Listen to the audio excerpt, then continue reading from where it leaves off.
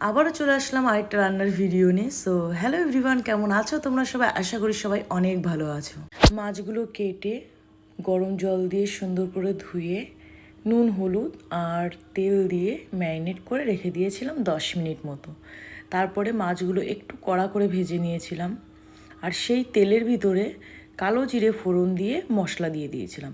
আর এবার বলি, মশলাতে আমি বেশি কিছু দিইনি, হাফ টুকরো মতো ওই 1 কোয়া মতো আদা দিয়েছিলাম, আর হাফ টমেটো আর 2টো কাঁচা লঙ্কা দিয়েছিলাম। আর হাফ টমেটো আমি যেটুকুনি কেটে রেখে দিয়েছিলাম সেটা আমি মশলার মধ্যে দিয়ে দিয়েছি। আর সবাই জানোই তো, পরিমাণ মতো নুন হলুদ জিরের গুঁড়ি দিয়েছি। তারপরে মশলাটা কষানো হয়ে যাওয়ার পরে জল দিয়ে 5 মিনিট ফুটিয়ে আমি ট্যাংরা মাছগুলো এখানে দিয়ে দিয়েছি।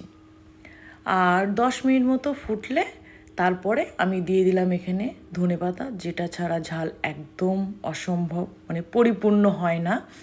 তো এই যে কমপ্লিট। আর কার কার ট্যাংরা মাছের ঝাল খেতে পছন্দ অবশ্যই কমেন্টে জানিও, আমার তো বেশ ভালো লাগে। তো ভালো লাগলে ভিডিওটা অবশ্যই লাইক কমেন্ট শেয়ার করে যেও। আজকের মতো এই পর্যন্ত, টাটা বাই বাই।